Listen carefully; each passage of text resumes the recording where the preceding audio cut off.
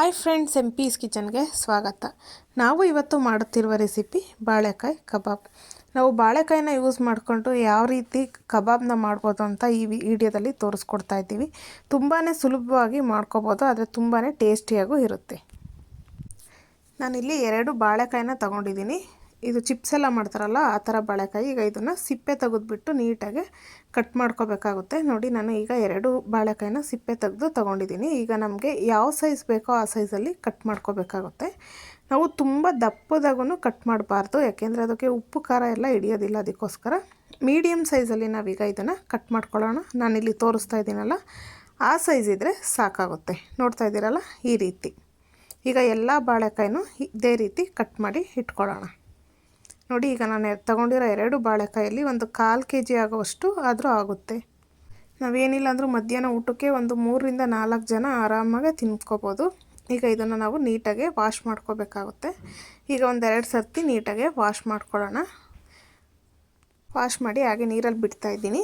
ನಾನು ನೆಕ್ಸ್ಟ್ ಇಲ್ಲಿ ಮಸಾಲೆನ ರೆಡಿ ಮಾಡ್ಕೊತಾ ಇದ್ದೀನಿ. ನಾನಿಲ್ಲಿ ಒಂದು ಮಿಕ್ಸಿಂಗ್ ಬೌಲ್ ತಗೊಂಡು ಅದಕ್ಕೆ ಸ್ವಲ್ಪ ಅರಶಿನದ ಪುಡಿ, ಹಾಗೆ ಕಾಶ್ಮೀರಿ ರೆಡ್ ಚಿಲ್ಲಿ ಪೌಡರು, ಹಾಗೆ ಸ್ವಲ್ಪ ಧನಿಯಾ ಪುಡಿ, ಹಾಗೆ ಸ್ವಲ್ಪ ರುಚಿಗೆ ತಕ್ಕಷ್ಟು ಉಪ್ಪು, ಹಾಗೆ ಒಂದು ಅರ್ಧ ಟೀ ಸ್ಪೂನ್ ಆಗುವಷ್ಟು ಶುಂಠಿ ಬೆಳ್ಳುಳ್ಳಿ ಪೇಸ್ಟು, ಹಾಗೆ 1 ಸ್ಪೂನ್ ಆಗುವಷ್ಟು, ಚಿಕ್ಕ ಸ್ಪೂನಲ್ಲಿ 1 ಸ್ಪೂನ್ ಆಗುವಷ್ಟು ಅಕ್ಕಿ ಹಿಟ್ಟು, ಹಾಗೆ 1 ಸ್ಪೂನ್ ಆಗುವಷ್ಟು ಮೈದಾ ಹಿಟ್ಟು, ಹಾಗೆ 1 ಸ್ಪೂನ್ ಆಗುವಷ್ಟು ಕಾರ್ನ್ಫ್ಲೋರ್ನ ತೊಗೊಂಡಿರೋ ಅಂಥದ್ದು.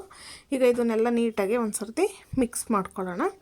ನಾವು ಕಬಾಬ್ ಪೌಡರ್ ಯೂಸ್ ಮಾಡ್ದೇ ಮನೆಯಲ್ಲಿರೋ ಇಂಗ್ರೀಡಿಯೆಂಟ್ನ ಯೂಸ್ ಮಾಡಿಕೊಂಡು ಹೇಗೆ ಮಾಡೋದು ಅಂತ ತೋರಿಸ್ಕೊಡ್ತಾ ಇರೋದು. ನಿಮಗೆ ಇಷ್ಟೆಲ್ಲ ಹಾಕಿ ಮಾಡೋಕ್ಕೆ ಟೈಮ್ ಇಲ್ಲ ಅಂದಾಗ ನೀವು ಕಬಾಬ್ ಪೌಡರ್ನೇ ಹಾಕ್ಬಿಟ್ಟು ಕಲಸಿ ಈ ರೀತಿ ಕಬಾಬ್ನ ಮಾಡ್ಕೋಬೋದು. ತುಂಬಾ ಚೆನ್ನಾಗಿ ಬರುತ್ತೆ ಟೇಸ್ಟು. ಆದರೆ ಇದು ಡಿಫ್ರೆಂಟಾಗಿರುತ್ತೆ. ಹೆಲ್ತಿಯಾಗಿ ಮನೆಯಲ್ಲೇ ರೆಡಿ ಮಾಡಿಕೊಂಡು ಮಾಡ್ಬೋದು. ಈಗ ಸ್ವಲ್ಪನೇ ನೀರನ್ನ ಸೇರಿಸ್ಕೊಂಡು ಕಲಿಸ್ಕೋಬೇಕಾಗುತ್ತೆ. ನೋಡಿ, ಈಗ ಇದು ಇನ್ನೂ ಸ್ವಲ್ಪ ಗಟ್ಟಿ ಇದೆ. ಈಗ ಇದಕ್ಕೆ ಇನ್ನೊಂದು ಸ್ವಲ್ಪ ನೀರನ್ನ ಸೇರಿಸ್ಕೊಂಡು ಕಲಿಸ್ಕೊಳ್ಳೋಣ. ನಾವು ತುಂಬ ತೆಳುವಾಗೂ ಕಲಿಸ್ಬಾರ್ದು, ತುಂಬ ಗಟ್ಟಿಯಾಗೂ ಕಲಿಸ್ಬಾರ್ದು. ತುಂಬ ಗಟ್ಟಿ ಆದರೆ ಒಂದೊಂದು ಸೈಡ್ ಹಾಗೆ ಸ್ಟಿಕ್ಕಿಯಾಗಿ ಕುತ್ಕೊಂಡ್ಬಿಡುತ್ತೆ. ಅದಕ್ಕೋಸ್ಕರ ಸ್ವಲ್ಪ ಮೀಡಿಯಮಾಗಿ ನಾವು ದೋಸೆ ಹಿಟ್ಟಿನ ಅದಕ್ಕಿಂತ ಸ್ವಲ್ಪ ಗಟ್ಟಿಯಾಗಿ ಕಲಿಸ್ಕೊಂಡ್ರೆ ಸಾಕಾಗುತ್ತೆ. ಈಗ ಸ್ವಲ್ಪ ಉಪ್ಪು ಕಮ್ಮಿ ಇತ್ತು, ನಾನು ಮತ್ತೆ ಸ್ವಲ್ಪ ಉಪ್ಪನ್ನ ಸೇರಿಸ್ಕೊತಾ ಇದ್ದೀನಿ. ಹಾಗೆ ಸ್ವಲ್ಪ ಖಾರನೂ ಕಮ್ಮಿ ಇತ್ತು, ಹಾಗೆ ಖಾರದ ಪುಡಿನೂ ಸೇರಿಸ್ಕೊಂಡು ಮತ್ತು ಸ್ವಲ್ಪ ನೀರನ್ನ ಸೇರಿಸ್ಕೊಂಡು ಕಲಿಸ್ಕೊತಾ ಇದ್ದೀನಿ. ಗಂಟಿರಬಾರ್ದು, ಆ ರೀತಿ ನಾವು ಕಲಿಸ್ಕೋಬೇಕಾಗುತ್ತೆ. ನಾವು ಇದನ್ನು ಬಾಳೆಕಾಯಲ್ಲಿ ಬಜ್ಜಿ ಬೋಂಡನೂ ಮಾಡಿರ್ತೀವಿ. ಆದರೆ ಒಂದು ಸರ್ತಿ ಈ ರೀತಿ ನಾವು ಕಬಾಬ್ನ ಮಾಡಿದ್ರೆ ತುಂಬಾ ಚೆನ್ನಾಗಿರುತ್ತೆ. ಈಗ ಕೆಲವರು ಸೋಮವಾರ, ಶನಿವಾರ, ಗುರುವಾರ ನಾನ್ ವೆಜ್ ಎಲ್ಲ ತಿನ್ನಲ್ಲ ಅನ್ನೋರು ಏನಾದರೂ ತಿನ್ನಬೇಕು ಅನ್ನಿಸ್ದಾಗ ಈ ರೀತಿ ನಾವು ವೆಜ್ಜಲ್ಲೇ ನಾನ್ ವೆಜ್ ಥರ ಮಾಡಿಕೊಂಡು ತಿನ್ಬೋದು. ತುಂಬಾ ಚೆನ್ನಾಗಿರುತ್ತೆ. ಹಾಗೆ ನೀವು ಇದು ಹುಳಿಗೋಸ್ಕರ ನೀವು ಸ್ವಲ್ಪ ಆಮ್ಚೂರು ಪೌಡರನ್ನು ಯೂಸ್ ಮಾಡ್ಬೋದು. ಇಲ್ಲಾಂದರೆ ಈ ರೀತಿ ಒಂದು ಅರ್ಧ ಹೋಳಾಗೋಷ್ಟು ನಿಂಬೆಹಣ್ಣಿನ ರಸನ ಸೇರಿಸ್ಕೋಬೇಕಾಗುತ್ತೆ. ನಾವು ನಿಂಬೆಹಣ್ಣು, ಉಪ್ಪು, ಹುಳಿ, ಖಾರ ಎಲ್ಲದನ್ನು ಒಂದು ಸಮ ಪ್ರಮಾಣವಾಗಿ ಹಾಕಿದ್ರೆ ತುಂಬಾ ಟೇಸ್ಟಿಯಾಗಿ ಬರುತ್ತೆ. ಅದಕ್ಕೋಸ್ಕರ ಈಗ ನೀಟಾಗಿ ಎಲ್ಲ ಕಲಿಸ್ಕೊಂಡಿದ್ದೀವಿ. ಎಲ್ಲದಕ್ಕೂ ಹೊಂದಬೇಕು. ಈ ಹದಕ್ಕಿದ್ರೆ ಸಾಕಾಗುತ್ತೆ. ಈಗ ಇಲ್ಲಿ ನಾನು ನೀರಲ್ಲಿ ಹಾಕಿಟ್ಟಿದ್ದೆ. ನೋಡಿ, ನಾವು ಈ ರೀತಿ ತೊಳೆದು ನೀರಲ್ಲಿ ಹಾಕಿಟ್ರೆ ಅದು ಕಪ್ಪುಗಾಗಲ್ಲ, ಹಾಗೆ ಫ್ರೆಶ್ಶಾಗೇ ಇರುತ್ತೆ. ಅದಕ್ಕೋಸ್ಕರ ಈಗ ಇದು ನೀರಿಂದ ಎತ್ಕೊಂಡ್ಬಿಟ್ಟು ನಾವು ನೀಟಾಗಿ ಫಿಲ್ಟ್ರ್ ಮಾಡ್ಕೊಂಡು ನೀರೇನು ಇಲ್ಲದೆ ಇರೋ ರೀತಿ ಈಗ ನಾವು ಕಲಿಸ್ಕೊಂಡು ಇಟ್ಕೊಂಡಿರೋ ಅಂಥ ಮಿಶ್ರಣ ಒಳಗಡೆ ಸೇರಿಸ್ಕೊಳ್ಳೋಣ. ಈಗ ನೀಟಾಗೆ ಎಲ್ಲದಕ್ಕೂ ಹೊಂದೋ ಹಾಗೆ ನಾವು ಕಲಿಸ್ಕೊಬೇಕಾಗುತ್ತೆ. ನೀವು ಕಂಫರ್ಟಬಲ್ ಅಂದರೆ ಕೈಯಲ್ಲೇ ಕಲಿಸ್ಕೋಬೋದು, ಇಲ್ಲಾಂದರೆ ಈ ರೀತಿ ಸ್ಪೂನಲ್ಲೂ ಕಲಿಸ್ಕೋಬೋದು.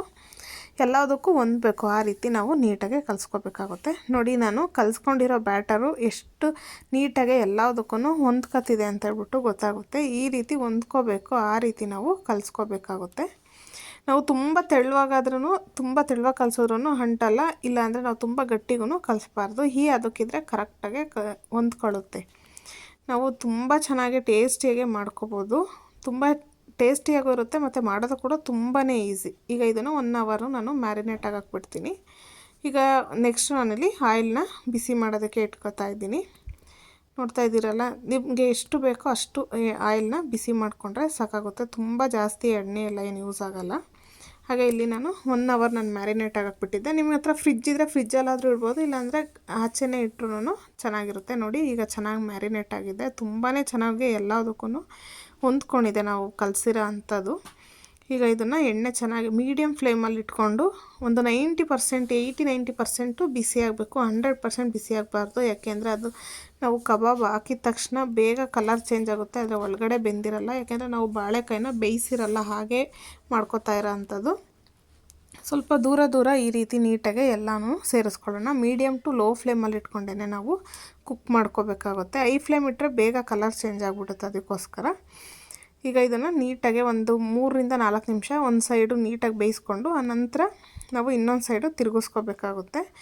ನೋಡಿ, ಈಗ ಸ್ವಲ್ಪ ಬಬಲ್ಸ್ ಎಲ್ಲ ಕಮ್ಮಿ ಆಗಿದೆ. ಈ ರೀತಿ ಕಮ್ಮಿ ಆದಮೇಲೆ ನೀಟಾಗಿ ಈಗ 2 ಸೈಡು ಬೇಯಿಸ್ಕೋಬೇಕಾಗುತ್ತೆ ನಾವು. ಏನಿಲ್ಲ ಅಂದರೆ ಒಂದು 6 to 7 ನಿಮಿಷ ಕುಕ್ ಮಾಡಿಕೊಂಡ್ರೆ ಸಾಕು. ಒಳಗಡೆ ಎಲ್ಲ ನೀಟಾಗಿ ಬೆಂದಿರುತ್ತೆ, ಒಳಗಡೆಯಿಂದ ಕ್ರಿಸ್ಪಿಯಾಗಿ, ಒಳಗಡೆಯಿಂದ ಸ್ಮೂತಾಗಿ, ಸಾಫ್ಟಾಗಿ ತುಂಬಾ ಚೆನ್ನಾಗಿರುತ್ತೆ. ಅದರಲ್ಲೂ ರಸಮ್ ರೈಸು ಹಾಗೆ ಮೊಸರನ್ನ ಆ ಥರದಕ್ಕೆಲ್ಲ ತುಂಬಾ ಚೆನ್ನಾಗಿರುತ್ತೆ ಕಾಂಬಿನೇಷನ್ನು. ಬೇಳೆ ಸಾರು ಎಲ್ಲ ತಿನ್ನಬೇಕಾದ್ರೆ. ನಾವು ಬಾಳೆಕಾಯಲ್ಲಿ ಏನೇನೋ ಮಾಡಿರ್ತೀವಿ, ಇಲ್ಲ ಬಾಳೆಕಾಯಿ ತಂದು ವೇಸ್ಟ್ ಆಗುತ್ತೆ ಅನ್ನೋ ಟೈಮಲ್ಲೂ ನಾವು ಈ ರೀತಿ ಮಾಡ್ಕೋಬೋದು.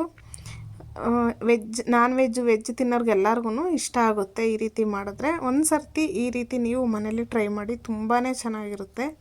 ನೋಡಿ, ಈಗ ನಾನು ಫುಡ್ ಕಲರು ಏನೂ ಯೂಸ್ ಮಾಡಿಲ್ಲ, ನ್ಯಾಚುರಲಾಗಿ ಮಾಡ್ಕೊಂಡಿರೋ ಅಂಥದ್ದು. ಎಷ್ಟು ಚೆನ್ನಾಗಿ ಕಾಣಿಸ್ತಿದೆ ಅಂತ ಹೇಳ್ಬಿಟ್ಟು ತುಂಬಾ ಟೇಸ್ಟಿಯಾಗಿ ಬರುತ್ತೆ. ಹಾಗೆ ನಾನಿಲ್ಲಿ ಒಂದು ಟಿಶ್ಯೂ ಪೇಪರ್ ಹಾಕ್ಕೊಂಡು ಅದ್ರ ಮೇಲ್ಗಡೆ ಸೇರಿಸ್ಕೊತಾ ಇದ್ದೀನಿ. ಎಕ್ಸ್ಟ್ರಾ ಎಣ್ಣೆ ಇರೋದೆಲ್ಲ ಅಬ್ಸರ್ವ್ ಆಗುತ್ತೆ, ಅದಕ್ಕೋಸ್ಕರ. ನೋಡ್ತಾ ಇದ್ದೀರಲ್ಲ ಎಷ್ಟು ಚೆನ್ನಾಗಿ ಬಂದಿದೆ ಅಂತ ಹೇಳ್ಬಿಟ್ಟು. ನೀವು ಒಂದು ಸರ್ತಿ ಮನೇಲಿ ಟ್ರೈ ಮಾಡಿ, ಹಾಗೆ ಹೇಗೆ ಬಂತು ಎಂದು ಕಮೆಂಟ್ ಮೂಲಕ ತಿಳಿಸಿ. ಹಾಗೆ ಮತ್ತಷ್ಟು ಈಸಿ ರೆಸಿಪಿಗೋಸ್ಕರ MP's ಕಿಚನ್ನ ಫಾಲೋ ಮಾಡಿ. ಯಾರಾದರೂ ಹೊಸ್ದಾಗಿ ನಮ್ಮ ಚಾನಲ್ನ ನೋಡ್ತಾ ಇದ್ದರೆ ಈಗಲೇ ಸಬ್ಸ್ಕ್ರೈಬ್ ಮಾಡಿ, ಹಾಗೆ ಫ್ಯಾಮಿಲಿ ಫ್ರೆಂಡ್ಸ್ಗೂ ಶೇರ್ ಮಾಡಿ. Thank you.